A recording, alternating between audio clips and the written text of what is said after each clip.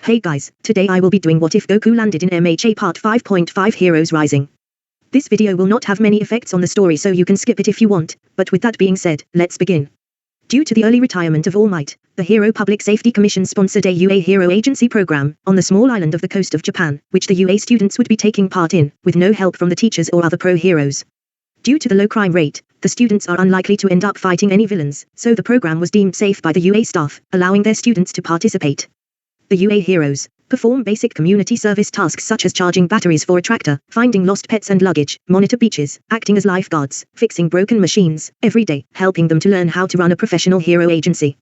During the day, they get a call from a girl reporting that her brother was lost, but it took too long for her standards to find him, with Goku apologizing, while Goku just stood there with a confused face. At night, Goku spars with Goku, then leaving him to meditate in the mountains, while in his Uzaryu form, which he can control while in a meditative state, with the hope that by controlling the Uzaryu form, he would be able to control the Ikrai form without rapid stamina drain. Later that same night, Katsuma rushes the UA agency, reporting that a villain has appeared. Hearing this, Deku, Bakugo and Goku run towards the location Katsuma described to them, but Goku couldn't sense any ki, so flew away, while Bakugo realized that it had no shadow, so was an illusion, then generating a huge explosion, revealing where Maro was hiding, forcing Deku to restrain an irate Bakugo, while the children run away. The next day, while the class resumes their daily schedule of hero work, Deku and Goku come across Katsuma again, who apologizes for his sister's actions, explaining that she was trying to prove that the heroes wouldn't come to help, but he believed in them, so went along with the plan. Deku and Goku then note Katsuma's Edge-Shot badge, asking him if he wants to become a hero, but Katsuma replies that he wishes he could, but his quirk isn't suited for combat, but Goku tells him that anyone can become a hero if they train. Hearing this, Katsuma leaves to tell his sister about wanting to be a hero, but by the time he tells her, villains arrive, hijacking a ferry and crashing it into the harbor. 9 instructs his allies to do whatever they need to do in order to create distractions while he hunts down the two kids. Slice uses her quirk to destroy all of the ships at the harbor, while 9 and the rest of the villains continue their attack. Terrified, Katsuma and Maro attempt to contact the UA headquarters, but Katsuki answers the phone, not believing her at first, but Izuku hears the exchange and takes the phone, but just before Izuku can answer back, the phone service is cut off after Chimera destroyed the communication towers, rendering all connections to the outside world severed. Once the connection is cut off, the villains continue with their invasion. Mummy focuses his efforts on attacking the urban area near the mall, where Goku, Toru, and Yuga are patrolling.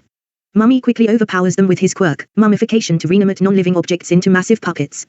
Not seeing him as a threat, Goku rushes towards him, but is encapsulated by Mummy's threads, turning him into a weapon to use against his friends. But before he can do anything, Goku releases a powerful Kai-I, a technique where the user affects the air currents around him with ki to produce powerful shockwaves in order to strike the opponent at mid-range, to break out, then punching Mummy in the face, knocking him out. Realizing that there must be more villains, Goku leaves the beaten Mummy to the rest of his class to capture, as he flies away. Meanwhile, Bakugo and Deku fight 9, who shows amazing power, by wielding multiple quirks, even being able to take 20% smashes from Deku and Bakugo's howitzer impact. Seeing the uses of Deku's quirk, 9 sees it as worth stealing, however fails to steal it as he has too many quirks. Disappointed, 9 blasts a defenseless Deku, slamming him into the ground, then giving Bakugo similar treatment. Seeing this, Maro and Katsuma try to help, but Deku orders them to run away. 9 then proceeds to shoot Deku and Bakugo, with 2 more lasers to the chest, wounding them. Frightened, Maharu uses her quirk to project a massive cartoony version of an injured Deku, begging for someone to save them. Before 9 could permanently dispose of Deku and Bakugo, Goku arrives, engaging in combat with 9, but even he alone could not defeat 9 and his multiple quirks, due to still wearing his weighted clothes, keeping him at 24% All Might level. Goku tries every technique he had, a solar flare, followed by a Kamehameha wave point blank, but anticipating the attack, 9 put up a couple shields, blocking most of the damage but shattering, allowing Goku to punch 9 in the chest countless times using the multiform technique, but is eventually pinned to the ground, when 9 activates his Hydra quirk. Deku and Bakugo manage to recover from their injuries enough to attack again, but before they could land a blow on 9, he activates his original weather quirk to summon a massive bolt of lightning, electrocuting, and severely injuring all the heroes. But due to Goku's practice getting electrocuted by lightning to increase his reaction speed at the training camp, Goku manages to barely stand up, shooting a barrage of ki blasts at 9 before being shot by 3 more lasers in each arm, causing him to collapse to the ground unconscious. With all the heroes down, 9 goes after the children once again, but then, suffering from his cell degeneration disease, making him unable to fight. Seeing this, Slice arrives to help 9, and attempts to take Katsuma, however before she can do so, Koda uses his Voice quirk to summon a swarm of crows to blind the villains, while Mezzo, Zuyu, and Uravati rescue the wounded Deku, Goku and Bakugo and the children. 9 orders Slice to chase them, but she assures him that they cannot leave the island and what they must do now is withdraw so that he can recover. With the kids gone and 9 in pain from his illness, Slice fires a flare gun to call all their allies to retreat. Later at night, Class 1AM regroups and holds out in a factory with all the civilians that they've managed to save and provide humanitarian aid to the local residents, while Momo and Denki work on maintaining essential supplies. In the makeshift hospital, where civilians are being healed by medical staff from the hospital clinic with healing quirks. Meanwhile, Deku, Goku and Bakugo are unconscious, with the doctors using their quirks to close their wounds, but cannot treat them any further because they've suffered so much damage that they need to be sent to a hospital in the mainland. Maru and Katsuma then come into the room and they say that he can help using his cell activation quirk to heal them. The doctors appreciate his help, and invite him to heal the heroes. Katsuma continuously tries his hardest to heal Deku, Goku and Bakugo with his quirk, to the point where he almost passes out. With his sister asking him to get some rest, but he refuses to give up and continues using his cell activation quirk, until finally they start to wake up. In another room, Class 1AM holds a meeting to discuss how to deal with the major threat from 9 and the rest of the villains. With Momo revealing she created a drone to send an SOS out to the mainland but won't arrive for 6 more hours. The students debate about what the villains are after when Katsuma and Maru enter the room, and the little boy reveals that he is the target for the villains, since 9 wants to steal his quirk. Some of the students suggest they help the boy escape to thwart the villains' plans, but Shoto advises against this as the villains might threaten the innocent inhabitants of Nabu Island. Katsuma then offers to surrender himself to 9 to save everyone, but Izuku appears, having fully recovered after Katsuma healed him, and dissuades the boy of his idea by telling him he has an amazing quirk that he should never give up. Katsuki also enters the room fully healed and tells everyone that the only thing to do is to crush the villains, with Goku who enters the room shortly after, agreeing with Bakugo, being excited to fight 9 while at full power, while removing his weighted clothes, dropping them on the floor, creating a crater. Izuku then devises a plan of action for the class. By relocating all the civilians to Mount Shiroyama in the smaller island where the ancient castle is located, it can hold all of the residents in the large cave safely. This way, the villains only have one route to get to Katsuma and everyone has an escape route if needed. The heroes will engage the villains using the terrain to their advantage and split the villains apart. Masharao, Kyoka, and Mezzo will personally guard Katsuma and Maru while the civilians are holding out inside the cave protected by Kaji, Rakido, and Toru.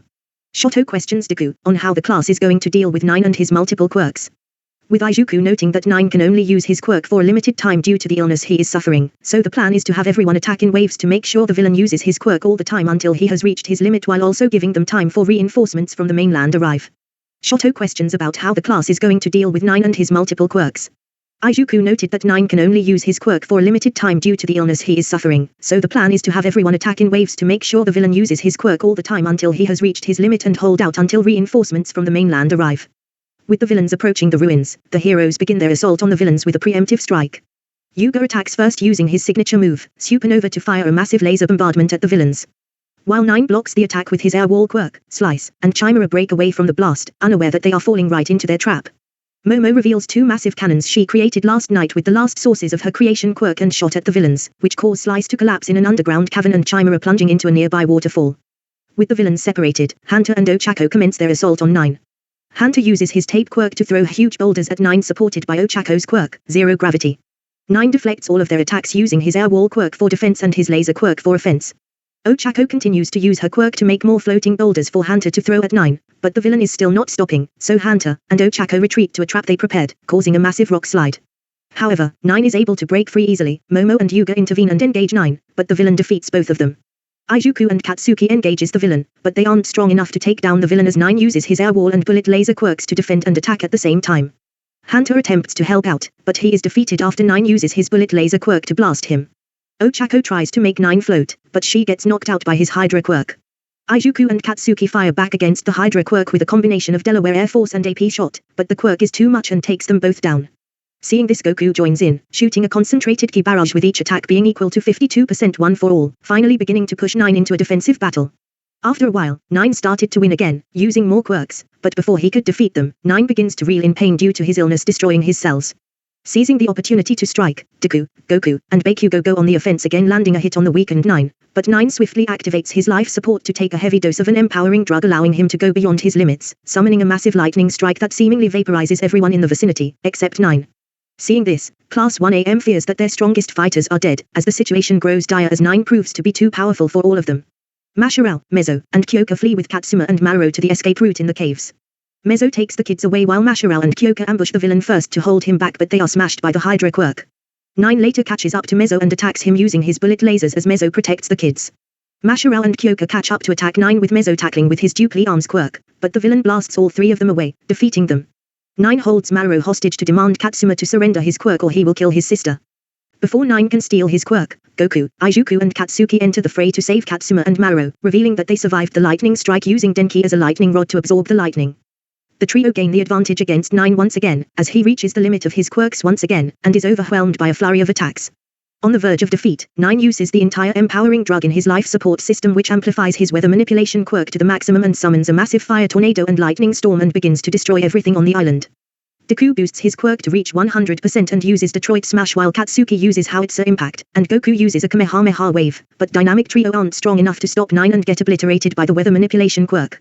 Mezzo manages to regain consciousness and uses his body to shield Katsuma and Maro from falling debris as the firestorm causes a cave-in, trapping Kaji, Rakido, and Toru along with the civilians in the cave. Goku, Izuku and Katsuki manage to survive, but they are severely wounded. 9 proceeds to decimate them with his bullet laser and uses his Hydra to start crushing them to death. With the entire class down and wounded, Deku makes a desperate gamble, transferring One for All to Katsuki, breaking the grip from 9. Infuriated, 9 attempts to kill them by summoning another massive storm on the island, destroying much of the island's infrastructure. However, Katsuki boosts up to reach One for All, full cowl, 100%, and together with Izuku, they use Detroit Smash to stop the tornado. Seeing this, Goku is inspired to push past his limits, transforming into his Ikrai state. 9 is just shocked by what he just witnessed, but he still refuses to give up on fulfilling his dreams, and engages Goku, Deku and Katsuki in an intense fight, releasing all his quirks at their maximum power.